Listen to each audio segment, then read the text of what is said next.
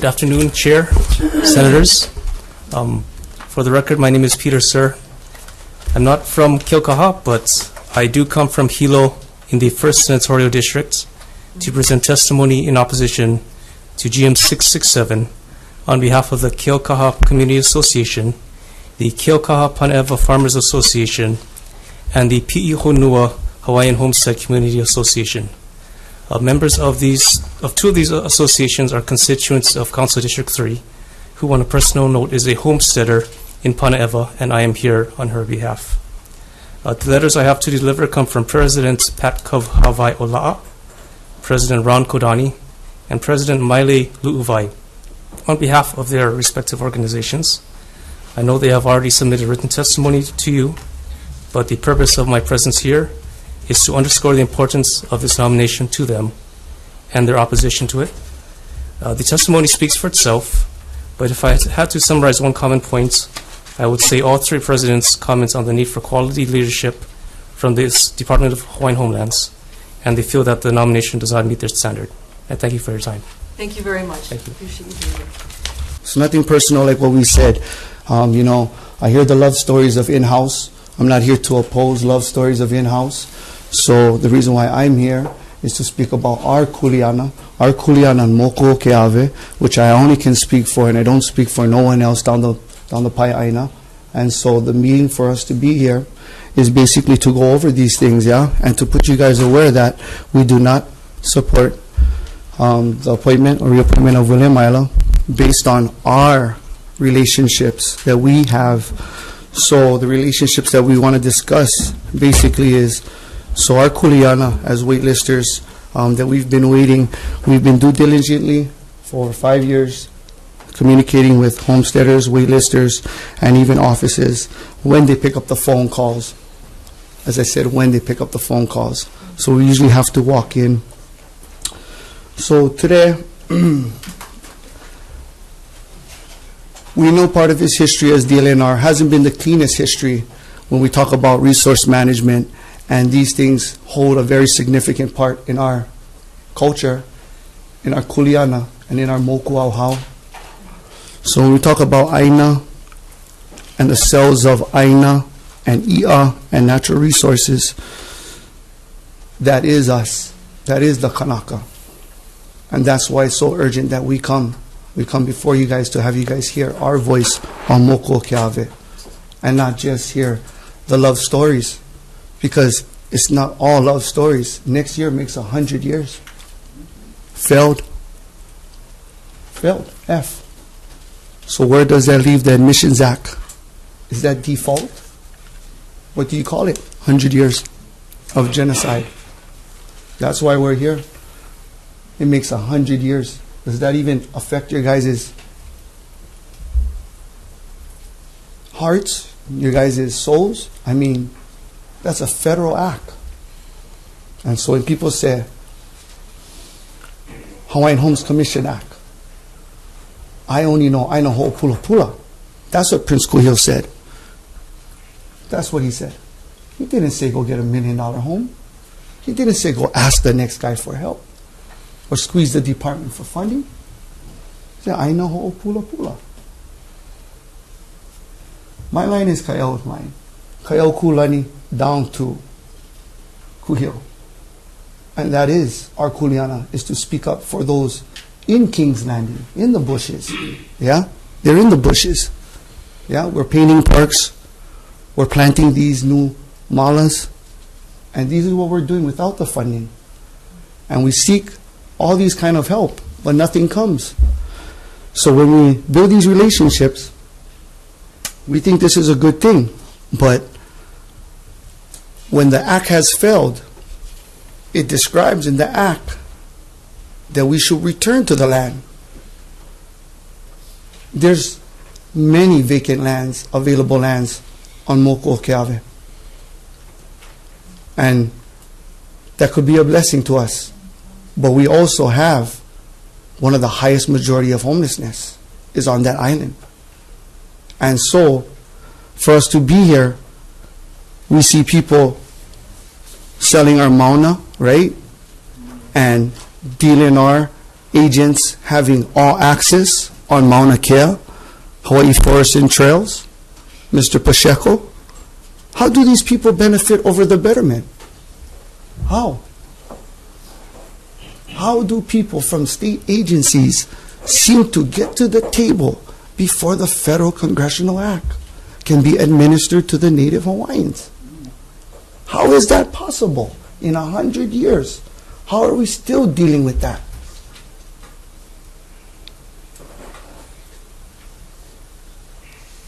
And I wish Kai was here.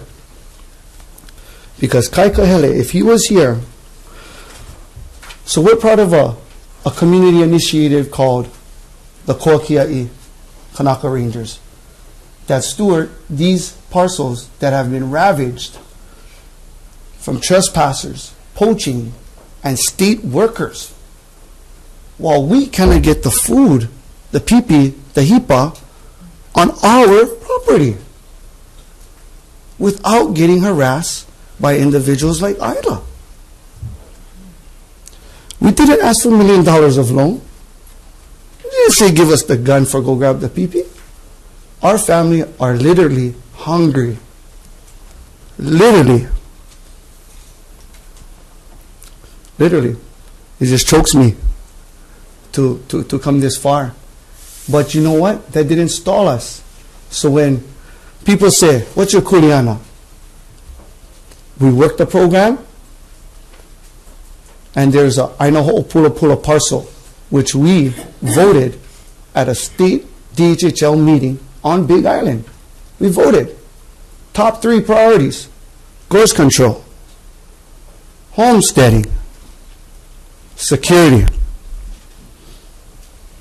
And we provided that for free. We've stopped over 5 thefts of our natural resources. We have caught department agencies in our natural resources.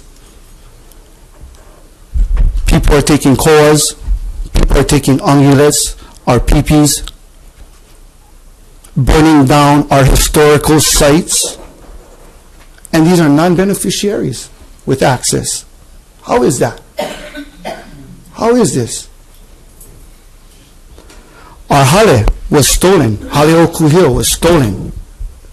3 months in, Deputy Aila, along with Nina Fisher, Joseph Kamara, and other people have conspired and stole our property over the access of $1,500, and we have the receipt for it. No apologies, no thank yous. We had to wait for this one. We had to bring it to you, Mishimu Buruku.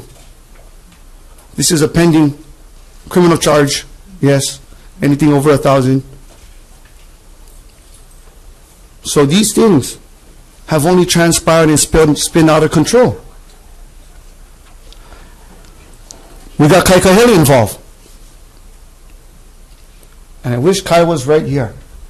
He's chairing the hearing upstairs. I know. Yeah. That's why we can't wait till you come back here. Sorry. Because he calls us up in the middle of the night, scared. A senator, scared. Because of the chain of command. He has no control. As you guys can see in the Lyons case, the pending Lyons case, these things are real. But it seems like we turn a blind eye. But now I'm explaining these things to you guys clearly today. We have stolen property. We have many harassments, too numerous to count.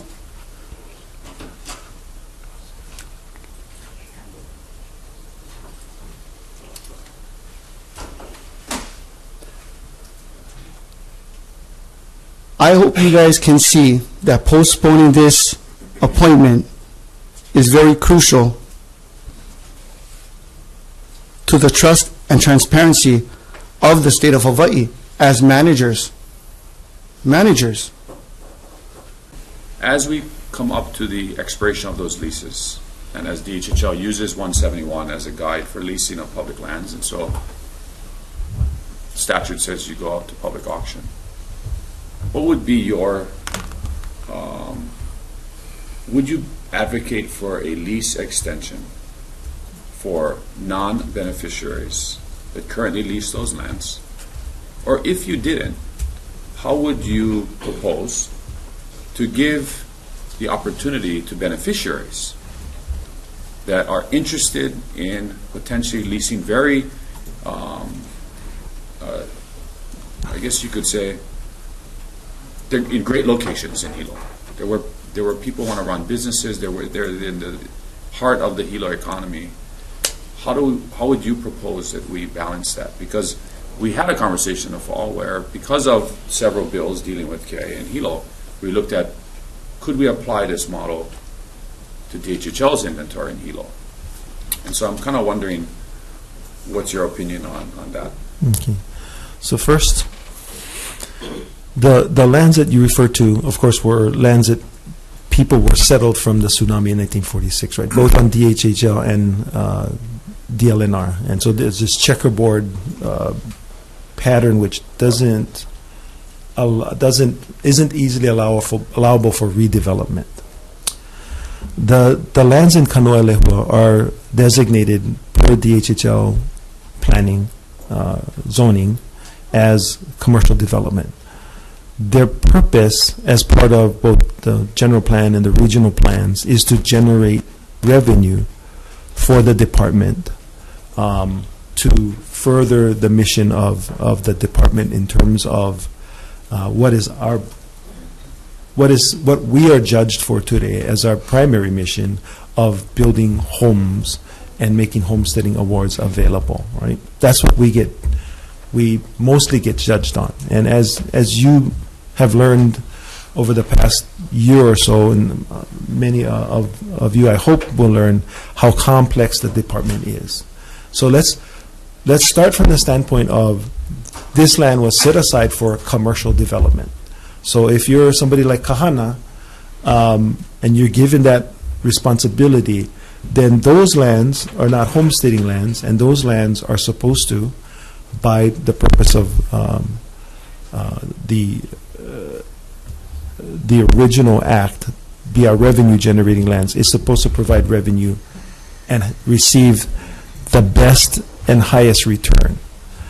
And what you bring to me is a situation where we have beneficiaries who desire to be on those lands, but at the same time, there's a requirement from the department to achieve the highest and best use, right? In return to the trust, because that's the money that gets used for department projects, for infrastructure. So it's really a challenge, and I'm going to tell you, I don't know the answer to your question, because as a deputy director, I don't make policy. That policy needs to be brought up to the commissioners, and the commissioners need to decide and provide direction for the department of which beneficiary class, right, is going to benefit from these revenues, or which beneficiary class, i.e. potential lessees, can benefit from this land that has been designated as commercial. And so there's a push-pull, and that push-pull exists in everything that we do at the department. If you give more money to beneficiaries that have leases to improve fences and things like that, that's less money that goes to building new infrastructure to get people off the wait list. So I don't know the answer to that question. It's something that definitely should be posed to the commission, and I would be happy to bring it up with the commission to try to get that answer, because the commission is the decision-making body. I personally would like to see a way that we allow for beneficiaries to have that opportunity. I personally have concern that if a general lease and a preference is added to that general lease, that will spur a lawsuit, because now somebody who is a bidder on a general lease from the public now has standing. So other cases that have been brought to the department or against the department have been dismissed on technicalities in that these folks haven't had standing. In other words, you have a non-beneficiary saying, I want a residential lease or I want an agricultural lease. Those have been won on technicalities. I would have great concern about this particular timing in the U.S. Supreme Court with 5 very conservative judges, and somebody taking a case and possibly overturning the Hawaiian Homes Commission Act. So if we would take preference out of the equation, then why don't we just let the leases expire and go to public auction? Let a native Hawaiian beneficiary who has a business, who wants to apply for a long-term lease in a location that is a very highly desirable location that they didn't have an opportunity to for the last 30 Yes. or 40 years, give them an opportunity to bid. And if they're not the winning bidder, or if you have no interested bidders, then you can lease to a non-beneficiary. So that is the current status for both public lands and DHHL lands, with the exception of these bills that are being introduced to extend those leases, correct? Right? Okay. So actually, when these leases were thought about 65 years ago, right, or 55 years ago, the plan was, and the law was written such that they would all expire and go back out for bid again, whether it's DHHL or non-DHHL, DLNR lands, basically. Just to close this subject out, what I do support and I do think is working on a smaller scale is where DHHL leases commercial land to homestead associations, who then sublease that parcel to,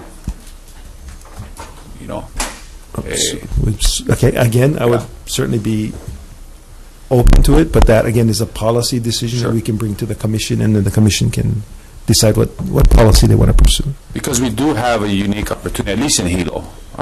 Can't speak for the rest of the locations around the state, but in Hilo, where we have a number of homestead associations that struggle for funding.